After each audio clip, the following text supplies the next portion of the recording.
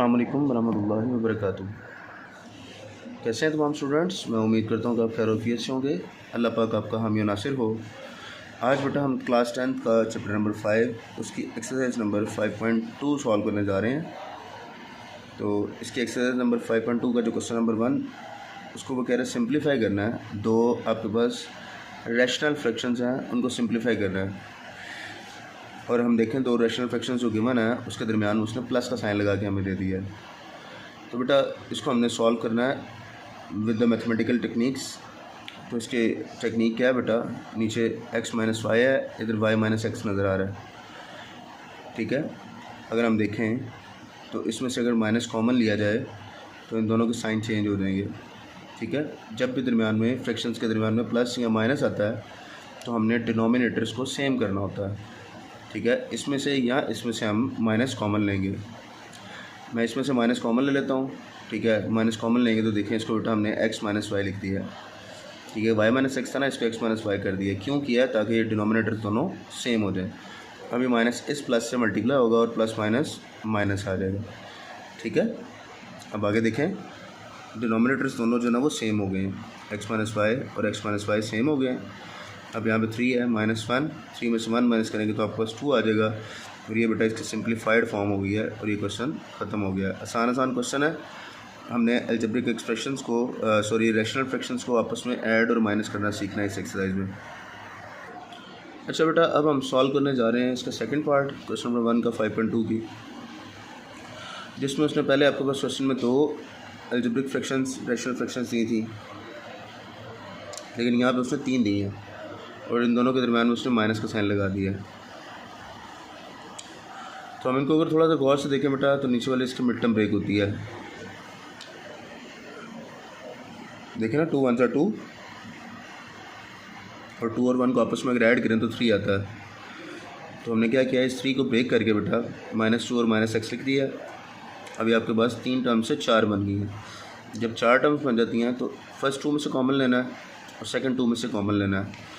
First 2 में से देखें आपके पास x कॉमन आ रहा है तो यहाँ से x एक बाहर आ जाएगा, एक अंदर आ जाएगा, तो x माइनस 2 अंदर बच जाएगा। इन दोनों में से कुछ कॉमन नहीं आता तो इन दोनों में से -1 कॉमन आएगा और अंदर आपके पास बेटा इस माइनस की वजह से देखें यहाँ पे प्लस था तो यहाँ नीचे माइनस हो गया। इनको हमने एज इट इज़ साथ वैसे ही चला लिया है। सिर्फ यहाँ पे हमें देखने यहाँ से अंदाज़ा हो गया था कि x माइनस 1 यहाँ पर बचने वाला है, तो यहाँ पे ये 1 माइनस एक्स है। तो जो क्वेश्चन नंबर 1 में किया था 2 में भी हमने वही करना है, इसमें से माइनस कॉमन ले लेना है ताकि ये भी आपके पास x माइनस 1 हो जाए। ठीक है, अब देखिएगा हमारे पास डिनोमिनेटर में कि x माइनस 2 सेम आ रहा है तो हमने x माइनस 2 वैसे लिख दिया और यहाँ पे x माइनस 1 लिख दिया है। ठीक है, अब ये भी x माइनस 1 है, ये भी x माइनस 1 है, x माइनस 2 है। आपके पास ये फ्रैक्शंस बन गई हैं। अब इन फ्रैक्शंस को आपस में हमने सॉल्व करना है। ठीक है, तो हमने क्या किया बेटा, सबसे पहले ये दो जो फ्रैक्शंस थी इनका आपस में सॉल्व कर लिया है और फिर उसके बाद इसको इसके साथ मिला लेंगे। हम इन तीनों को इकट्ठा भी कर सकते हैं, लेकिन ये दो को अगर आप करके कर लेते हैं तो आपके लिए बड़ी आसानी हो जाती है। ये देखिए बेटा, एलसीएम का रूल ये होता है कि नीचे वालों को आपस में मल्टीप्लाई करवा देना यहाँ पे। ठीक है, और इसको क्रॉस मल्टीप्लाई करवाना होता है हमने। ठीक है, x माइनस 1 को 5 से और x माइनस 2 को 4 से, 4 इंटू एक्स माइनस 2 आ गया और -5 इंटू एक्स माइनस 1 आ गया। अच्छा बेटा, अब हमने ये इसको तो हमने एज इट इज़ लिख दिया है। यहाँ पे 4 को अंदर मल्टीप्लाई करवाया तो 4x माइनस 8 आ गया और यहाँ पे -5 अंदर मल्टीप्लाई करवाया तो बेटा आपके पास -5x प्लस का 5 आ गया। ठीक है, अभी देखें इन दोनों को सॉल्व करते हैं तो 4 में से 5 माइनस हो रहा है तो -x आ गया और 8 में से 5 माइनस हो रहा है तो -3 आ गया। ठीक है, अब देखें डिनोमिनेटर्स बेटा अगर सेम होते हैं ना तो हम एलसीएम में उनको दोनों को एज इट इज़ नीचे लिख देते हैं और 4x बेटा यहाँ पे आ गया और ये -x यहाँ पे और -3 यहाँ पे। अब हमें नज़र आ रहा है कि 4x में से बेटा x माइनस हो रहा है तो आपके पास क्या बचेगा, 3x माइनस 3। ठीक है, 3x माइनस 3 और यहाँ से बेटा x माइनस 2 अगर x माइनस 1 को हमने एज इट इज़ नीचे उतार लिया। ऊपर देखें आपके पास x3 कॉमन आ रहा है इन दोनों में से, हमने 3 को कॉमन लिया है तो आपके पास देखें अंदर बचा है x माइनस 1। ठीक है, अब ऊपर वाला x माइनस 1 नीचे वाला x माइनस 1 से कट जाएगा और आपके पास जो फाइनल आंसर बनेगा वो आपके पास बेटा 3/x माइनस 2 इसका फाइनल आंसर आ जाएगा।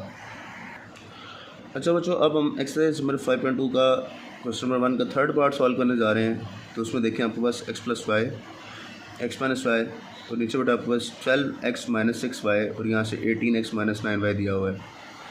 इन दोनों में से बेटा अगर देखें तो आपके पास 6 कॉमन आता है, इन दोनों में से देखें तो आपके पास 9 कॉमन आता है। ठीक है, और अंदर बेटा 2x माइनस वाई बच गया, 2x माइनस वाई बच गया। 2x माइनस वाई को हमने एज इट इज़ नीचे उतार लिया है और 6 और 9 का अगर हमने एलसीएम लिया है बेटा, ये दिखेगा यहाँ पे 6 और 9 को हमने सेपरेट रख के ना इनका एलसीएम ले लेना इस तरह से, जो कि आप प्रीवियस क्लासेस में भी काम करते हैं। ये 6 और 9 है तो इसको बेटा हमने 3 से डिवाइड करवाया, 3 2 ज़ा 6 और 3 3 ज़ा 9। अब देखें 2 1 ज़ा 2 और 3 किसी 2 का टेबल में नहीं आता तो हमने 3 को एज इट इज़ नीचे उतार दिया और ये भी 3 1 ज़ा 3 हो गया, 3 2 ज़ा 6 और 6 3 ज़ा 18। इनको आपस में मल्टीप्लाई करवाया तो 18 एलसीएम आ गया इसका।